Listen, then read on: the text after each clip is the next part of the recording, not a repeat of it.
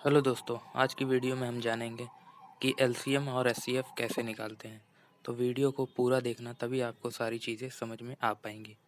तो वीडियो में आप देख पा रहे हैं कि 12, 10 और 18 का एलसीएम तथा एचसीएफ निकालना है। तो चलिए निकालते हैं। ये दोस्तों, सबसे पहले हमें एलसीएम निकालेंगे।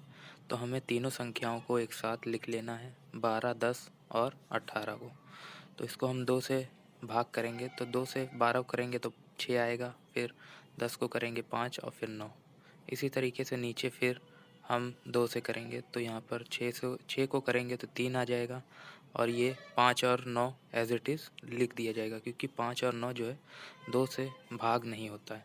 फिर 3 से करेंगे तो 3 से 5 तो भाग होगा नहीं, तो वहाँ पर 5 की जगह पर हम 5 लिख देंगे, और 9 को 3 से भाग कर देंगे तो 3 आ जाएगा। फिर 3 को हम करेंगे 3 से, तो दोस्तों यहाँ पर 1 आ जाएगा। फिर आखिरी में बचा हमारे पास 5, और 5 को हम आखिरी में हमने 5 से कर दिया। फिर ये दोस्तों, हमने इसके सारे फैक्टर्स निकाल दिए।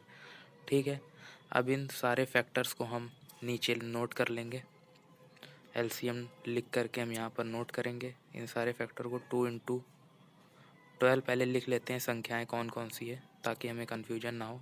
12, 10 और 18 का हम एलसीएम निकाल लेते हैं, तो इसके फैक्टर आ गए 2 इंटू 2 इंटू 3 इंटू 3 इंटू 5। ठीक है दोस्तों, अब इसको हम गुणा करके निकाल लेंगे, तो ये आ जाएगा हमारा आंसर 180। ठीक है, अब इसी तरीके से हम लोग एचसीएफ निकालते हैं।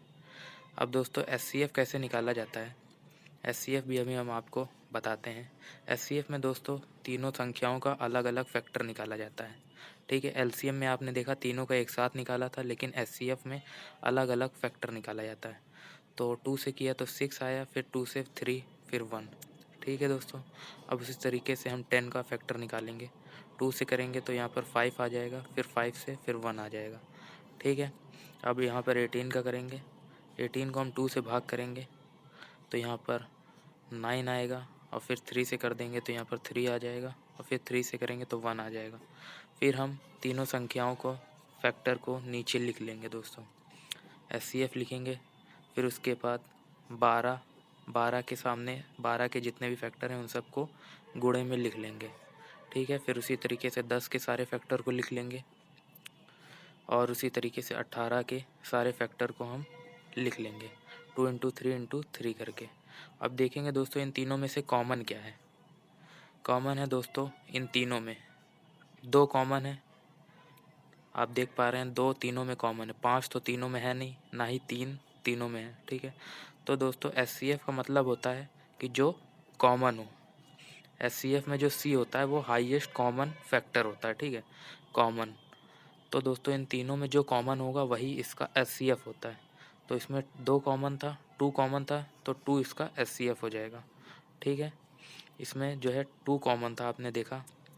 और एलसीएम में दोस्तों, तीनों तरीके से तीनों का फैक्टर एक साथ निकालते हैं, और फिर सारे फैक्टर को आपस में गुणा कर देते हैं, वही उसका एलसीएम हो जाता है।